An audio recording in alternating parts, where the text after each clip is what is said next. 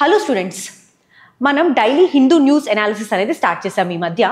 And దాంతోపాటు అందులో మనం చూసుకున్నట్టయితే రోజుకి దాదాపు 3 మెయిన్స్ క్వశ్చన్స్ చెప్తున్నాం అనమాట. అది కూడా చెక్ చేయండి. అండ్ దాంతోపాటు ఎవ్రీ వీకెండ్ అంటే సాటర్డే ఈవినింగ్ మనకి ఆ వీక్లో జరిగినటువంటి కరెంట్ అఫైర్స్ ఉంటాయి కదా ప్రిలిమ్స్కి, వాటిని టార్గెట్ 100 కింద ఈ ప్రోగ్రాంలో చెప్పడం జరుగుతుంది.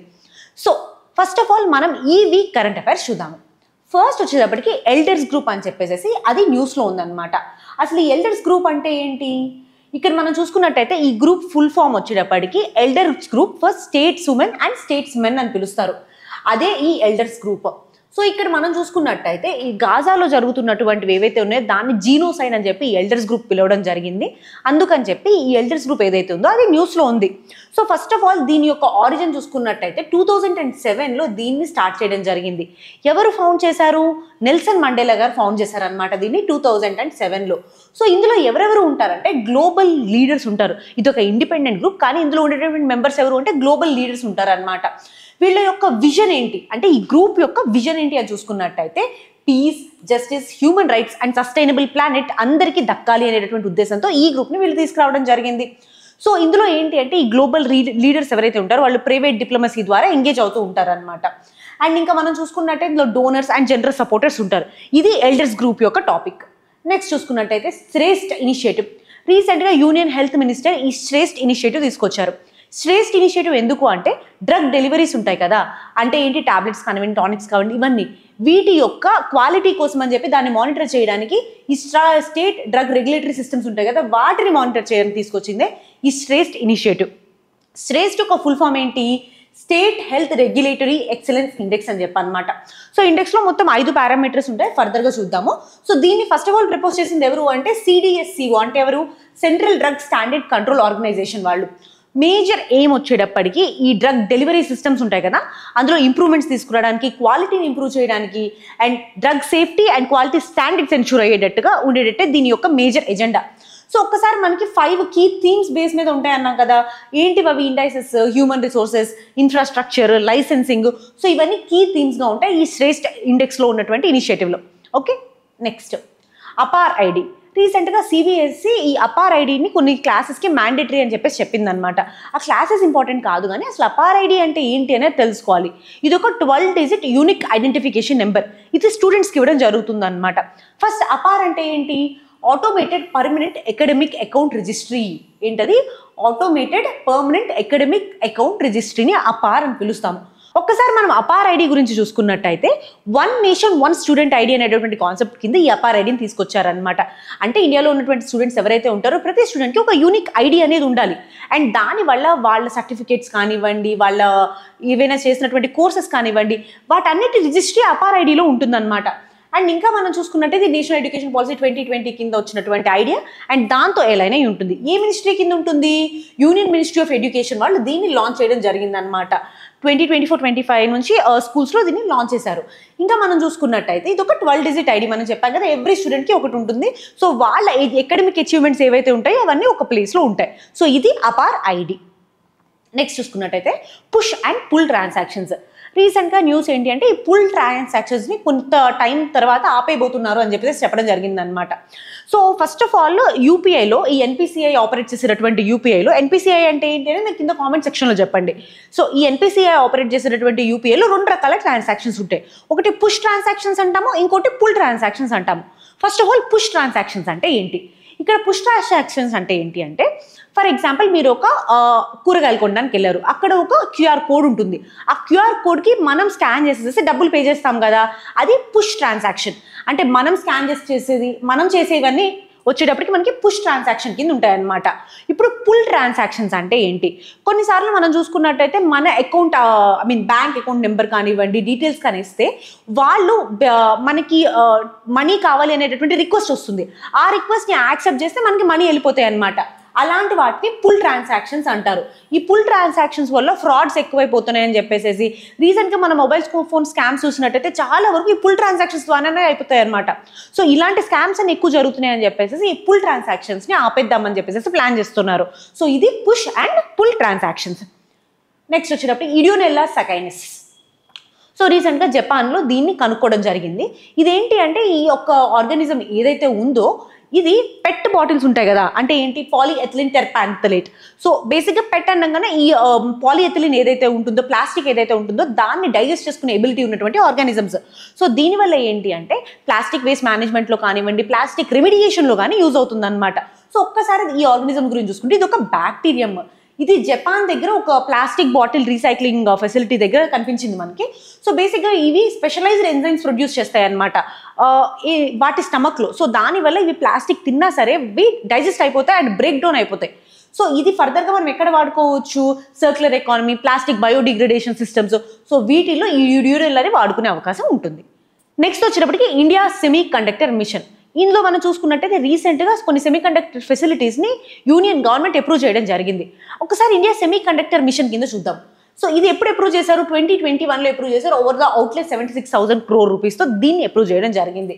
సో మేజర్ ఎయిమ్ ఏంటి దీనికి అంటే, ఏవైతే సెమీ కండక్టర్ ఫ్యాబ్రికేషన్ కానివ్వండి, display manufacturing, chip design, so ఇలాంటి వాటికి ఫినాన్షియల్ ఇన్సెంటివ్ ఇవ్వడము అండ్ దాంతోపాటు ఇన్నోవేషన్ ఎకో సిస్టమ్ ఏదైతే ఉందో దాన్ని డ్రైవ్ చేయడం దీని యొక్క మేజర్ ఎజెండా. సో ఒక్కసారి ఏ మినిస్ట్రీ కింద ఉంటుంది? ఇది ministry of electronics and information technology కింద ఉంటుంది ఈ India semiconductor mission. So ఇందులో కింద ఉన్నటువంటి కీ స్కీమ్స్ ఏంటి చూద్దాం అనమాట. ఫస్ట్ స్కీమ్ వచ్చేటప్పటికి semiconductor fabs scheme. So ఇక్కడ ఏంటి అంటే సెమీ కండక్టర్ వేఫర్స్ ఉంటాయి కదా, వాటిని ఫ్యాబ్రికేషన్ చేస్తే కనుక 50% ఫినాన్షియల్ సపోర్ట్ అనేది ఇస్తారు ఈ సెమీ కండక్టర్ ఫ్యాబ్స్ స్కీమ్లో. రెండోది వచ్చేటప్పటికి డిస్ప్లే ఫ్యాబ్స్ స్కీమ్. సో ఇక్కడ మనం చూసుకున్నట్టయితే 50% ఆఫ్ ప్రాజెక్ట్ కాస్ట్ ఏదైతే ఉంటుందో అందులో ఈ డిస్ప్లే ఫ్యాబ్రికేషన్ యూనిట్స్ ఎవరైతే సెటప్ చేస్తారో వాళ్ళకి 50% ఆఫ్ ప్రాజెక్ట్ కాస్ట్ అనేది ఇవ్వడం జరుగుతుంది. అదే డిస్ప్లే ఫ్యాబ్స్ స్కీమ్. మూడోది వచ్చేటప్పటికి డిజైన్ లింక్డ్ ఇన్సెంటివ్ స్కీమ్.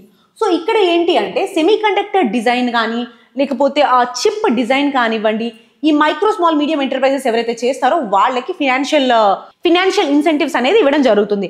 అదే ఈ డిజైన్ లింక్డ్ ఇనిషియేటివ్ స్కీమ్ అనమాట. నెక్స్ట్ దాంతోపాటు సెమీకాన్ ఇండియా ప్రోగ్రామ్ అని చెప్పేసి మనకు ప్రోగ్రామ్ ఉంది. సో ఇది కూడా ఇండియా సెమీ కండక్టర్ మిషన్ కింద ఇంప్లిమెంట్ చేయడం జరుగుతుంది అనమాట. ఇది గ్లోబల్ ఇండస్ట్రీలో సెమీ కండక్టర్ మ్యానుఫ్యాక్చర్ చేసిన వాళ్ళు ఉంటారు కదా, వాళ్ళు పాలసీ మేకర్స్ వీళ్ళందరినీ ఒకే ప్లాట్ఫామ్లోకి తీసుకొస్తుంది ఈ సెమీకాన్ ఇండియా ప్రోగ్రామ్. సో దానివల్ల ఇన్నోవేషన్, రీసెర్చ్ అండ్ కొలాబరేషన్ అనేది పెరుగుతుంది. సో ఇది ఇండియా సెమీ కండక్టర్ మిషన్ అనమాట.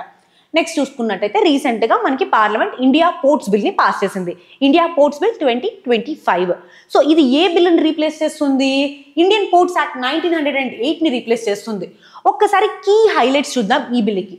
ఫస్ట్ వచ్చేటప్పటికి maritime state development council boards అనే బోర్డ్స్ని సెటప్ చేయబోతున్నారు అనమాట. దీన్ని ఎవరు ఎస్టాబ్లిష్ చేస్తారు? సెంట్రల్ గవర్నమెంట్ ఎస్టాబ్లిష్ చేస్తుంది. Union ministry for ports and shipping waterways ex officio chairperson గా ఉంటారు. సో సెటప్ చేసేది central government, ex officio chairperson ఎవరు? Union ministry for ports, shipping and waterways. So ఇది maritime state development council boards గురించి. రెండోది వచ్చేటప్పటికి state maritime boards ఉంటాయి కదా, అది సెంట్రల్ లెవెల్లో. ఇప్పుడు ఇది సెకండ్ స్టేట్ లెవెల్లో. సో వీటికి కూడా ఒక స్టాట్యూటరీ అంటే లా ద్వారా రికగ్నైజేషన్ అనేది ఇస్తున్నారు అనమాట. సో ఇది ఎవరు ఫామ్ చేస్తారు? స్టేట్ గవర్నమెంట్స్ ఫామ్ చేస్తాయి. సో వాళ్ళే నాన్ మేజర్ పోర్ట్స్ ఏవైతే ఉంటాయో వాటి యొక్క అడ్మినిస్ట్రేషన్కి స్టేట్ గవర్నమెంట్ రెస్పాన్సిబుల్గా ఉంటుంది. మూడోది వచ్చేటప్పటికి డిస్ప్యూట్ రిజల్యూషన్ మెకానిజం. సో ఇందులో స్టేట్ గవర్నమెంట్స్ ఈ డిస్ప్యూట్ రిజల్యూషన్ కమిటీ ఏదైతే ఉంటుందో డిఆర్సీస్ అంటారు, వాటిని ఎస్టాబ్లిష్ చేయాలన్నమాట. సో దానివల్ల ఏంటి అంటే నాన్ మేజర్ పోర్ట్స్ ఏవైతే ఉంటాయో వాటిలో వచ్చేటటువంటి డిస్ప్యూట్స్ని హ్యాండిల్ చేయడానికి అవకాశం ఉంటుంది. అండ్ దాంతోపాటు ఈ ఫర్దర్గా ఏపీఎస్ హైకోర్ట్స్ హ్యాండిల్ చేస్తాయి. ఇంకొక విషయం ఏంటి అంటే ఈ డిఆర్సీ, ఈ డిస్ప్యూట్ రిజల్యూషన్ కమిటీ మ్యాటర్స్లో సివిల్ కోర్ట్స్కి ఎలాంటి జ్యూరిస్డిక్షన్ అనేది ఉండదు. ఇది గుర్తుపెట్టుకోవాల్సిన విషయం. ఇంకా చూసుకున్నట్టయితే మనకి పోర్ట్ టారిఫ్ రెగ్యులేషన్ కోసం వీళ్ళు తీసుకొచ్చింది ఏంటంటే మేజర్ పోర్ట్స్కి board of major port authority or board of directors వీళ్ళు మేజర్ పోర్ట్స్కి టారిఫ్ ఎంత ఉండాలి అని చెప్పేసి డిసైడ్ చేస్తారనమాట. అఫ్కోర్స్ ఇది కంపెనీస్ యాక్ట్ 2013 గవర్న్ చేస్తుంది.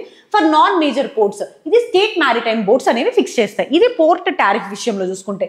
ఇంకోటి వచ్చేటప్పటికి కొత్త పోర్ట్స్కి నోటిఫికేషన్ ఎవరిస్తారు?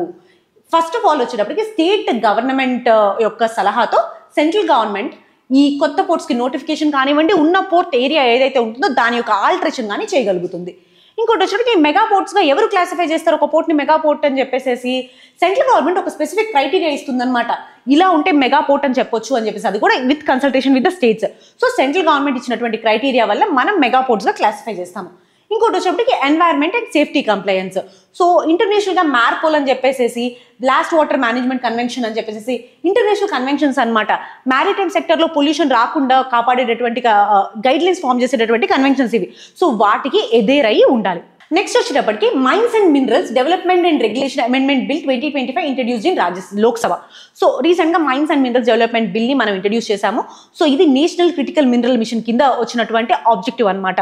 అంటే ఈ మిషన్ ఇంకా ముందుకు తీసుకెళ్లాలని చెప్పేసి దీన్ని అమెండ్మెంట్ చేయడం తీసుకొచ్చాము. సో ఇక్కడ మనం చూసుకున్నట్టయితే first of all key amendments చూసుకున్నట్టయితే first national mineral exploration trust ఏదైతే ఉందో దాన్ని రీనేమ్ చేసామన్నమాట. ఏమని చెప్పి రీనేమ్ చేశాము? National mineral exploration and development trust కింద రీనేమ్ చేశాము. అండ్ దాంతోపాటు ఇందులో ఆఫ్ షోర్ అండ్ ఇంటర్నేషనల్ ఎక్స్ప్లోరేషన్కి లిమిట్స్ అనేవి పెంచడం జరిగింది. అంటే ఈ యొక్క national mineral exploration and development trust యొక్క లిమిట్స్ ఏవైతే ఉన్నాయో అది ఇప్పుడు ఆఫ్ షోర్, దాంతోపాటు ఇంటర్నేషనల్ మినరల్స్ కూడా పెరిగింది అనమాట. ఇంకొకటి ఈ ట్రస్ట్కి ఫండింగ్ కూడా ఇంక్రీజ్ చేశారు. సో ఇప్పుడు ఫండింగ్ ఎలా ఇంక్రీజ్ చేశారు అంటే మైనింగ్ చేసినటువంటి లీజ్ హోల్డర్స్ ఉంటారు కదా, వాళ్ళ యొక్క కాంట్రిబ్యూషన్ ఇదివరకు 2% ఉండేదన్నమాట. ఇప్పుడు దాన్ని 3%కి పెంచాం మనం. సో ఇలా దీని యొక్క ఫండింగ్ సపోర్ట్ని కూడా పెంచడం జరిగింది. అండ్ ఇంకోటి చూసుకున్నట్టయితే మినరల్ ఎక్స్చేంజెస్ని ఎస్టాబ్లిష్ చేస్తున్నారు అనమాట. ఫర్ ఎగ్జాంపుల్ మినరల్స్ ఉంటాయి, కాన్సన్ట్రేట్స్ ఉంటాయి and processed forms of metals ఉంటాయి కదా. సో వీటన్నిటికీ ఎలక్ట్రానిక్ ట్రేడింగ్ ప్లాట్ఫామ్స్ని పెట్టబోతున్నారు. సో దానివల్ల ట్రాన్స్పరెంట్గా ప్రైస్ డిస్కవరీ అనేది జరుగుతుంది, మన అమ్మకాలు కొనుగోలు అనేది చేసుకునే అవకాశం ఉంటుంది. ఇంకోటి వచ్చినప్పటికీ క్రిటికల్ మినరల్ ఎక్స్ట్రాక్షన్ కోసం అని చెప్పేసి కొన్ని ఇన్సెంటివ్స్ ప్రకటించారనమాట. సో ఇప్పుడు ఈ ఎగ్జిస్టింగ్ లీజెస్ ఉన్నాయి కదా, ఆల్రెడీ ఇప్పుడు రన్ అవుతున్నటువంటి లీజెస్, ఆ లీజెస్ లో కొత్తగా క్రిటికల్ మినరల్స్ ని ఇంక్లూడ్ చేసుకునేటటువంటి అవకాశం కల్పించారు. అండ్ దాంతోపాటు దానికి ఎడిషనల్ రాయల్టీ కట్టాల్సిన అవసరం లేదనమాట, ఏవైతే 7th షెడ్యూల్ కానీ లేదా పార్ట్ డి ఆఫ్ 1st షెడ్యూల్లో కనుక ఉన్నటువంటి మినరల్స్ అయితే. అండ్ ఇంకొకటి ఈ మినరల్ లీజ్ ఏరియాస్ ఒక ఎక్స్టెన్షన్ చేసుకునే అవకాశం కూడా ఇచ్చారనమాట. 1 time extension, already mineral lease area తీసుకుంటారు కదా, దాని యొక్క 1 time ఎక్స్టెన్షన్ అనేది ఇచ్చారు. సో ఎంత డీప్ సీడెడ్ మినరల్స్కి అయితే 10%, అదే కాంపోజిట్ మినరల్స్కి అయితే అప్ టు 30% ఇవ్వడం జరిగింది. నెక్స్ట్ చూసుకున్నట్టయితే captive mine sale cap. So captive mines ఏవైతే ఉంటాయో వాటి నుంచి ఏదైతే మెటల్స్ ఎక్స్ట్రాక్ట్ చేస్తామో వాటి యొక్క సేల్స్ మీద క్యాప్ అనేది ఉంటుందన్నమాట. ప్రీవియస్గా ఇది 50% ఉంది, ఇప్పుడు మొత్తం 100% ఎక్స్ట్రాక్టెడ్ మినరల్స్ని వాళ్ళు అమ్ముకునేటటువంటి అవకాశం వస్తుంచారు. ఇంకోటి ఓల్డ్ మినరల్ డ్రమ్స్ ఉన్నాయి కదా, వాటి సేల్ గురించి కూడా ఇందులో ప్రొవిజన్ ఇవ్వడం జరిగింది. ఓల్డ్ మినరల్ డ్రమ్స్ ఏవైతే ఉంటాయో వాటి స్టేట్ గవర్నమెంట్ వాటి యొక్క సేల్ చేసుకునే అవకాశం ఉంటుందన్నమాట. సో ఇది mines and minerals amendment bill. So ఇక్కడ నెక్స్ట్ టాపిక్ చూసుకున్నట్టయితే UNDP ఈక్వేటర్ ఇనిషియేటివ్ అవార్డు. రీసెంట్గా Bibi Fatima women's self help group వాళ్ళకి UNDP యొక్క ఈక్వేటర్ ఇనిషియేటివ్ అవార్డు అనేది వచ్చింది. ఫస్ట్ ఆఫ్ ఆల్ ఈ ఈక్వేటర్ ఇనిషియేటివ్ అవార్డు ఎందుకు ఇస్తారు అని చూసుకున్నట్టయితే ఇది ఎవ్రీ 2 years ఒకసారి ఇస్తారనమాట. అది ఎవరు ఇస్తారు? UNDP అంటే ఏంటి? United Nations development programme. So వీళ్ళు ఇది ఇవ్వడం జరుగుతుంది. దీని యొక్క మేజర్ ఎజెండా ఏంటంటే గ్రాస్ రూట్ లెవెల్లో కానివ్వండి, ఇండిజీనియస్ పీపుల్కి కానివ్వండి, లోకల్ కమ్యూనిటీస్కి అక్కడ ఉన్నటువంటి ప్రాబ్లమ్స్, ల్యాండ్ డిగ్రేడేషన్, బయోడైవర్సిటీ కాపాడడం, సో ఇలాంటి వాటి కోసం కృషి చేసిన వాళ్ళకి, పాటుపడిన వాళ్ళకి ఈ ఈక్వేటర్ అవార్డు అనేది ఇవ్వడం జరుగుతుంది అనమాట.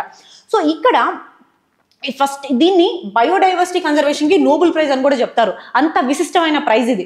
సో ఒక్కసారి బీబీ ఫాతిమా SHG గురించి చూసుకున్నట్టయితే వీళ్ళు ఏం చేశారు అంటే మిల్లెట్ బేస్డ్ మిక్స్డ్ క్రాపింగ్, అంటే క్రాపింగ్ చేస్తున్న టైంలోనే మిల్లెట్స్ని మిక్స్డ్ క్రాపింగ్తో కలిపేసేసి అది అండ్ ఇంకా క్లైమేట్ రెసిలియంట్ ఫార్మింగ్ ప్రాక్టీసెస్ చేసినందుకు ఈ Bibi Fatima self help group వాళ్ళకి ఈ అవార్డు, ఈక్వేటర్ అవార్డు అనేది ఇవ్వడం జరిగింది. నెక్స్ట్ వచ్చేటప్పటికి she leads 2 programme, UN women తీసుకొచ్చినటువంటి ప్రోగ్రామ్ ఈ షీ లీడ్స్ ప్రోగ్రామ్ అనేది. ప్రీవియస్గా మనకి షీ లీడ్స్ 1 ప్రోగ్రామ్ జరిగింది, ఇప్పుడు ఇది షీ లీడ్స్ 2 ప్రోగ్రామ్ అనమాట. ఒక్కసారి ప్రోగ్రామ్ గురించి చూసుకున్నట్టయితే దీని యొక్క మేజర్ ఎజెండా వచ్చేటప్పటికి ఉమెన్ జెండర్ ఈక్వాలిటీ కోసం అని చెప్పేసి కెపాసిటీ బిల్డింగ్ చేసేదే ఈ షీ లీడ్స్ ప్రోగ్రామ్. ఇది ఎవరు తీసుకొచ్చినారు? UN ఉమెన్ వాళ్ళు తీసుకురావడం జరిగింది. సో ఒక్కసారి UN ఉమెన్ గురించి చూసుకున్నట్టయితే జెండర్ ఈక్వాలిటీ కోసం తీసుకొచ్చినటువంటి బాడీ ఇది 2010లో తీసుకురావడం జరిగింది అనమాట. Women rights, gender equality, empowerment advance చేస్తారు. వీళ్ళ కీ ఫోకస్ ఏరియాస్ వచ్చేటప్పటికి leadership, economic empowerment, freedom from violence and also women's peace and security, ఇవన్నీ వీళ్ళ యొక్క కీ ఫోకస్ ఏరియాస్. నెక్స్ట్ వచ్చేటప్పటికి యాడ్ వాలోరం డ్యూటీ. సో ఇక్కడ రీసెంట్గా USA మనకి 25% రెసిప్రోకల్ టారిఫ్స్ అనేది వేసింది కదా, దాని మీద మళ్ళీ 25% యాడ్ వాలోరం డ్యూటీని యాడ్ చేసింది. అసలు యాడ్ వాలోరం డ్యూటీ అంటే ఏంటి? యాడ్ వాలోరం అంటే అకార్డింగ్ టు ద వాల్యూ అని అర్థం, అంటే క్వాంటిటీ మీద కాదు వాల్యూ మీద. ఫర్ ఎగ్జాంపుల్ మనం చూసుకున్నట్టయితే 1000 రూపీస్ అవుతున్నాయి అనుకోండి, ఆ 1000 రూపీస్ మీద వేసేటటువంటి యాడ్ ట్యాక్స్ మనం యాడ్ వాలోరం డ్యూటీగా చెప్తామన్నమాట. ఎంత నెంబర్ ఆఫ్ థింగ్స్ తీసుకున్నామని కాదు, ఇక్కడ వాల్యూని లెక్క చేస్తారు. సో అదే add valorem duty. And next మనం చూసుకున్నట్టయితే ఈ యాడ్ వాలోరం డ్యూటీ ఏదైతే ఉంటుందో అది అకార్డింగ్ టు ద పర్సంటేజ్ అనమాట. 10% ఆఫ్ 1000 అని, లేకపోతే 20% ఆఫ్ ద 1000 అని చెప్పేసి. సో వాల్యూ మీద తీసేటటువంటి పర్సంటేజే యాడ్ వాలోరం డ్యూటీ. నెక్స్ట్ చూసుకున్నట్టయితే గృహ రేటింగ్స్. రీసెంట్గా ప్రైమ్ మినిస్టర్ కర్తవ్య భవన్ ఉంది కదా, ఆ కర్తవ్య భవన్ ఈ గృహ 4 రేటింగ్స్ అకామిడేట్ చేసింది అని చెప్పడం జరిగింది అనమాట. సో ఇక్కడ మనం చూసుకున్నట్టయితే ఈ గృహ రేటింగ్స్ అంటే ఏంటి, green rating for integrated habitat assessment అంటారు. అదే green rating for integrated habitat assessment. So ఇక్కడ ఏంటి అంటే ఏదైతే సరే ఎన్వైరన్మెంటల్లీ క్లీన్ అండ్ దాంతోపాటు ఒక నేషనల్లీ యాక్సెప్టబుల్ బెంచ్ మార్క్స్ ఉంటాయి అనమాట బిల్డింగ్స్ కన్స్ట్రక్ట్ చేసేటప్పుడు. సో ఆ రేటింగ్సే గృహ రేటింగ్స్. దీన్ని డెవలప్ చేసింది ఎవరు, TERA వాళ్ళు, అంటే ఎవరు, the energy and resources institute. ఇది ఒక నేషనల్ లేటర్గా 2007లో ఒక నేషనల్ రేటింగ్ ఏజెన్సీగా అయిందనమాట ఇది. నెక్స్ట్ మనం చూసుకున్నట్టయితే నేషనల్ రేటింగ్ ఏజెన్సీ కాదు, ఆ తర్వాత 2007లోంచి, ఆ తర్వాత 2007లో ఇది ఒక నేషనల్ రేటింగ్ సిస్టమ్గా అయింది. నెక్స్ట్ మనం చూసుకున్నట్టయితే భారత్ జన్ ఏఐ. రీసెంట్గా union minister Bharat Jan AI initiative ఏదైతే ఉందో అది 22 షెడ్యూల్డ్ లాంగ్వేజెస్ని బై 2026 కవర్ చేస్తుంది అని చెప్పారు. సో ఇక్కడ మనం కరెంట్గా ఎన్ని లాంగ్వేజెస్ సపోర్ట్ చేస్తుంది, 9 లాంగ్వేజెస్ని సపోర్ట్ చేస్తుంది భారత్ జన్ ఏఐ. ఒక్కసారి మనం భారత్ జన్ ఏఐ చూసుకున్నట్టయితే ఇండియా యొక్క first indigenously developed artificial intelligence model ఇది. సో ఇది government funded multi modal large LLMs అంటారనమాట, large language models. So Indian languages text, speech, vision language system కోసం అని చెప్పేసి డెవలప్ చేశారు. సో ఇది national mission for inter disciplinary cyber physical systems కింద implement చేయడం జరిగింది under department of science and technology. So దీన్ని లీడ్ చేసింది ఎవరు, టెక్నాలజీ ఇన్నోవేషన్ హబ్. అండ్ దాంతో పాటుగా IIT బాంబేలో ఉన్నటువంటి దీన్ని లీడ్ చేసింది ఎవరు, సో దీన్ని లీడ్ చేసింది ఎవరు, technology innovation hub of IIT Bombay. So ఇది భారత్ జన్ ఏఐ గురించి. నెక్స్ట్ చూసుకున్నట్టయితే employee stock option plan. So అసలు ఈ ఎంప్లాయీ స్టాక్ ఆప్షన్ ప్లాన్ అంటే ఏంటి అంటే, ఫర్ ఎగ్జాంపుల్ మీరు ఒక ఆర్గనైజేషన్లో పనిచేస్తున్నారు, శాలరీ బదులుగా కొంత amount of the percent of the salary చూసుకున్నట్టయితే అది ఆ ఆర్గనైజేషన్లో స్టాక్స్ కొనుక్కోవడం అనమాట. అదే ఎంప్లాయీ స్టాక్స్ ఆప్షన్ ప్లాన్ అనమాట. సో ఇక్కడ చూసుకున్నట్టయితే షేర్స్ని ప్రీ డిటర్మైన్డ్ ప్రైస్లో ముందుగానే కొనుక్కుంటారు. ఎంప్లాయీస్ కొన్ని రూల్స్ ఉంటాయి, కొంత స్పెసిఫిక్ పీరియడ్ టైం వరకు ఆ కంపెనీలో ఉండాలి అని చెప్పేసి కొన్ని రూల్స్ ఉంటాయి అనమాట. అండ్ ఆ తర్వాత మాత్రమే వాళ్ళు ఆ షేర్స్ని ఓపెన్ మార్కెట్లో అమ్మాలి అని చెప్పేసి కొన్ని రూల్స్ ఉంటాయి. ఆ రూల్స్ బేస్ చేసుకుని ఎంప్లాయీ స్టాక్ ఆప్షన్ ప్లాన్ అనేది ఉంటుంది అనమాట. సో దీని యొక్క మేజర్ ఉద్దేశం ఏంటి అంటే, ఫస్ట్ ఆఫ్ ఆల్ ఎంప్లాయీస్ని రివార్డ్ చేయడం, అండ్ రెండోది ఈ కంపెనీలో వాళ్ళ స్టాక్స్, వాళ్ళ షేర్స్ ఉన్నాయితే వాళ్ళ మోటివేషన్ ఎక్కువగా ఉంటుంది పని చేయడానికి కానివ్వండి, ఆర్గనైజేషన్ని ముందుకు తీసుకెళ్ళడానికి కానివ్వండి. సో ఈ ఆలోచనతో ఎంప్లాయీ స్టాక్ ఆప్షన్ ప్లాన్ తీసుకురావడం జరిగింది. దీన్ని రెగ్యులేట్ చేసేది ఎవరు, సెబీ యొక్క రూల్స్ ఉన్నాయన్నమాట. అవే share based employee benefits and sweat equity regulations అని చెప్పేసి ఇవి లిస్టెడ్ కంపెనీస్ కోసం అని. అండ్ దాంతోపాటు అన్లిస్టెడ్ కంపెనీస్ కోసం చూసుకున్నట్టయితే కంపెనీస్ యాక్ట్ 2013 కింద అండ్ ఇన్కమ్ ట్యాక్స్ యాక్ట్ 1961 కింద ఈ ఎంప్లాయీ స్టాక్ ఆప్షన్ ప్లాన్ ఏదైతే ఉందో దాన్ని రెగ్యులేట్ చేయడం జరుగుతుంది. ఓకే, ఇది ఈ week current affairs. Thank you for listening.